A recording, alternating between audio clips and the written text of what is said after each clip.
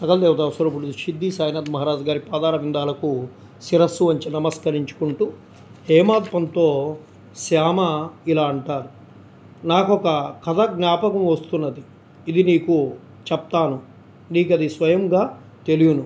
భక్తుడెంత మనోనిశ్చయంతో పట్టుదలతో ఉంటాడో బాబా అంత దృఢంగా వాణ్ణి సహాయపడతాడు. ఒక్కొక్కప్పుడు బాబా భక్తులను కఠిన పరీక్షలు చేసిన పిమ్మట వారికి ఉపదేశమునిస్తూ ఉంటారు. ఉపదేశము అను మాట విన్నతోడనే హేమాద్ పంతు మనసులో ఒక స్మృతి తళుక్కుమని మెరుస్తుంది. వెంటనే సాటే గారి గురుచరిత్ర పారాయణము జ్ఞప్తికి వస్తుంది. తన మనస్సుకు శాంతి కలిగించే నిమిత్తము బాబా తనను ఇక్కడికి పంపి ఉండవచ్చునని మనసులో అనుకుంటారు. అయినప్పటికీ ఈ భావమును వణక్కొని శ్యామ చెప్పు కథలను వినుటకు సిద్ధపడుతూ ఉంటాడు. ఈ కథలన్నీ బాబాకు తమ భక్తుల ఎందెట్టి దయాదాక్షిణ్యాలు గలవో తెలుస్తాయి. కానీ వినగానే హేమాద్ పంత్కు ఒక విధమైనటువంటి సంతోషం కలుగుతుంది. శ్యామ కథ చెప్పడం ప్రారంభిస్తారు.